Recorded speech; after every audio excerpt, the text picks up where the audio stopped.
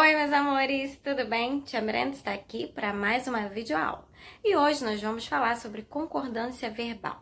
O que é isso? É quando o verbo ele se flexiona à maneira que está o sujeito. Se o sujeito estiver no singular, esse verbo permanece no singular. Agora, se esse sujeito estiver no plural, esse verbo vai ser flexionado para o plural, tá bom? Então, é importante a gente ficar atento, vamos entrar em alguns detalhes e trazer algumas exemplificações para vocês, tá bom? Então, vamos lá? Momento da gramática. Concordância verbal. Verbal vem de verbo. E concordância significa quando o verbo, ele concorda com o resto da oração. O que é o resto, tia Brenda? O sujeito, os substantivos, tá bom? Leia as orações a seguir. Primeira oração. Ele falou aquele palavrão.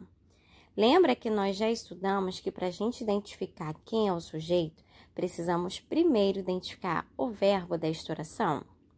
Então, vamos lá. Ele falou aquele palavrão. Quem é o verbo desta oração? Falou. Quem falou aquele palavrão? Toda vez que quisermos identificar quem é o sujeito, perguntamos ao verbo quem ou o que. Aí vai ficar quem. Quem falou aquele palavrão? Automaticamente, nós já vamos ver que foi ele. Ele é um pronome que está na terceira pessoa do singular, tá? Tigres. Tigres escalaram árvores facilmente. Já nesta oração, nós temos aí o verbo escalam. Vamos perguntar, quem escalam árvores facilmente? Tigres, né? Então, aí nós já temos também outro sujeito, o sujeito tigres, que não está aí escrito por um pronome, está como substantivo, né? E na terceira oração nós temos assim, Calvin e Haroldo são personagens de histórias em quadrinhos. Quem são personagens de histórias em quadrinhos? Calvin e Haroldo. Percebam que nessas três orações, nós automaticamente, perguntando ao verbo, conseguimos identificar qual é o sujeito dessas orações.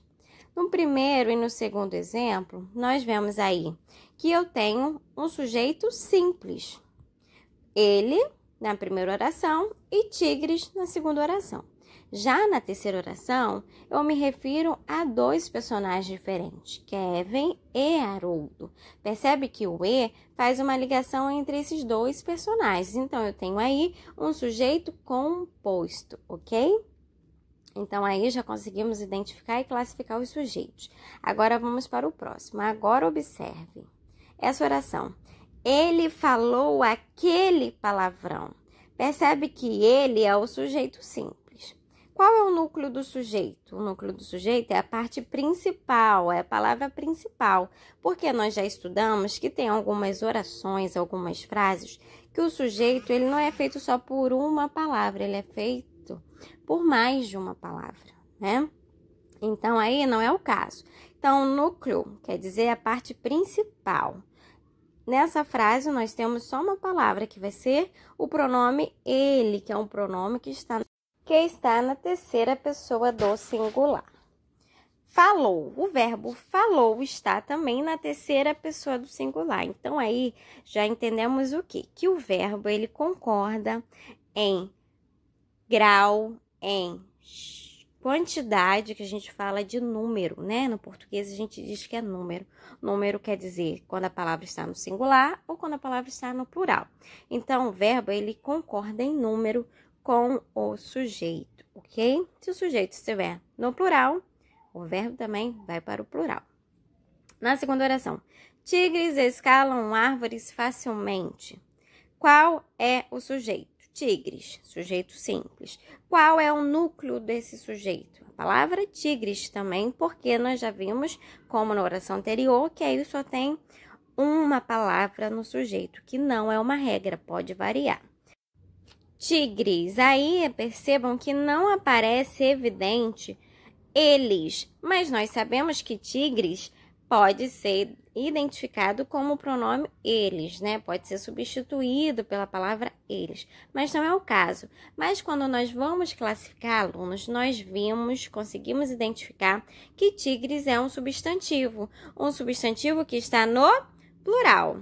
Se está no plural, nós automaticamente já sabemos que está na terceira pessoa do plural. Como que é composto aí, então, o verbo, tia Brenda? O verbo também vai para a terceira pessoa no plural. Ao invés de eu escrever tigres escala, ficaria errado. Então, eu acrescento um M, fica tigres escalão. Percebe que o verbo ele vai sofrer essa flexão, essa concordância, ok? Agora, vamos para o terceiro exemplo. Calvin e Haroldo são personagens de histórias em quadrinhos. Percebam que Calvin e Haroldo temos aí um sujeito composto. Olha aí o que a tia Brenda disse. Eu tenho duas palavras aí para compor o sujeito. Então, por isso que é um sujeito composto. Eu estou me referindo a dois substantivos próprios, nomes de pessoas aí, né, de personagens. Então, qual é o núcleo desse sujeito? São as palavras principais. Lembra que núcleo é a palavra principal do sujeito. Temos aí o Calvin e o Haroldo, tá bom? Os dois são substantivos que estão no singular, tá? Mas existe um grande detalhe que deve ser observado por vocês, alunos. O que, tia Brenda? Quando eu me refiro a mais de um personagem, quando eu me refiro a mais de um objeto na oração, automaticamente eu tenho mais de uma quantidade. Se eu tenho mais de uma quantidade, eu vou ter o verbo na terceira pessoa do plural, ok? Porque eu estou me referindo a eles ou elas, tá bom? Então, aí, nesse caso, Calvin e Haroldo, estou me referindo a eles. É mais de uma pessoa. Então, se é mais de uma pessoa, eu não posso deixar esse verbo no singular, porque aí não vai haver a concordância correta e coerente, tá bom? Então, vamos lá, vamos sintetizar. O que é concordância verbal? Ao fazer essas análises, podemos concluir que a concordância ou a flexão do verbo depende da pessoa gramatical do sujeito. Essa pessoa pode estar na primeira, segunda ou terceira pessoa do singular. Quais são essas pessoas? A gente vai falar. O pronome eu, tu, ele, /ela, tá? Essas palavras eu, tu, ele, /ela são os pronomes que são considerados primeira, segunda ou terceira pessoa do singular.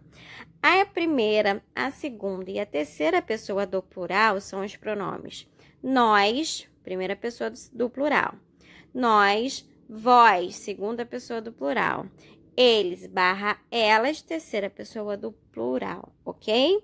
Então, são esses pronomes que, porventura, aparecem no lugar de alguns substantivos, porque eles podem ser colocados no lugar de um nome, por isso, pronome, tá? Esses nomes entram para substituir nomes pessoais. Então, vamos sintetizar. Marquem isso no livro de vocês, pega um marca-texto e destaca. Na página 78, está escrito assim: concordância verbal é a correspondência entre o verbo e o sujeito. O verbo flexiona-se. O que é flexionar? Transforma-se. Transforma-se e flexiona-se para concordar em número e em pessoa com o sujeito, ok? Concordância do verbo com o sujeito simples.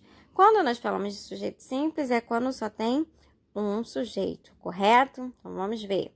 Nesse caso, o verbo concorda com o núcleo do sujeito simples. Vejamos, nós estudamos os gêneros tirinha e histórias em quadrinho. Percebe que nós é um pronome que está na primeira pessoa do plural. Nós.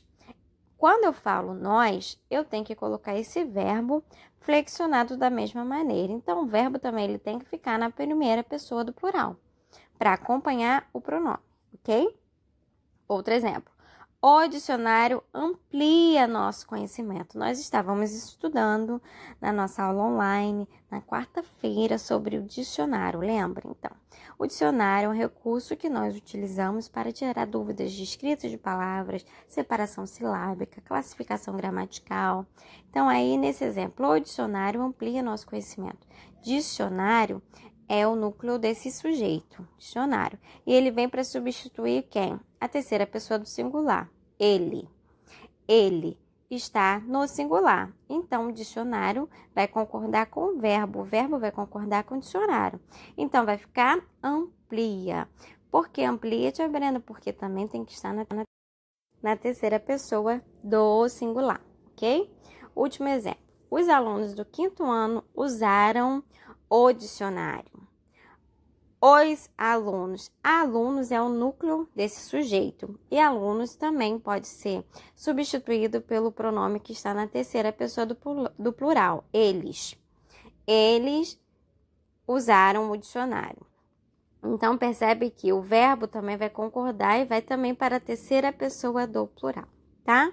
Concordância do verbo com o sujeito composto. É quando tem um sujeito com mais de um nome. Vamos ver aí.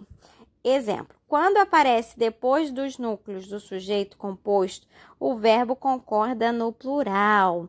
Na oração a seguir, Quino, Bill e Walterson criaram personagens conhecidos mundialmente.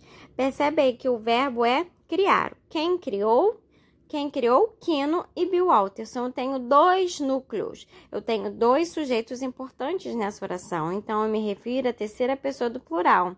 Ou seja, o pronome eles. Eles criaram personagens conhecidos mundialmente. Então, se o pronome está na terceira pessoa do plural, automaticamente o verbo fica na terceira pessoa do plural. Agora, outro exemplo. Alexandre, Beck e Ziraldo escrevem tirinhas e histórias em quadrinhos. Alexandre, Beck e Ziraldo, a mesma coisa. Eu tenho aí 2 sujeitos. Por ser 2, é composto. Então, eu posso substituir essas 2 palavras, esses 2 nomes próprios, por quem?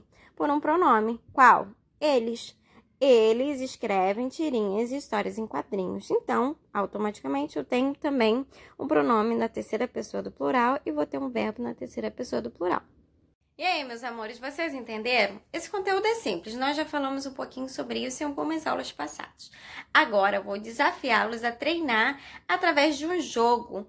A nossa apostila, o nosso material, ele traz um jogo que vem no final do livro. É chamado de jogo de apoio. Lá nós temos um material de jogos na qual vocês irão fazer montagem de frases, de orações, colocando os verbos e suas classificações, finalizações de acordo com o sujeito. Vamos treinar isso e eu vou convidá-los a fazer da seguinte maneira esses jogos. Vocês vão recortar o material e vai fazer uma chamada de vídeo com o seu coleguinha da sua turma, que eu sei que vocês têm acesso.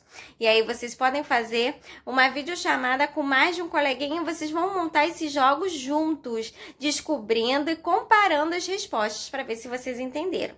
E na nossa aula online a gente vai ver como é que ficou. Combinado? Então tá bom. Um grande beijo e até lá!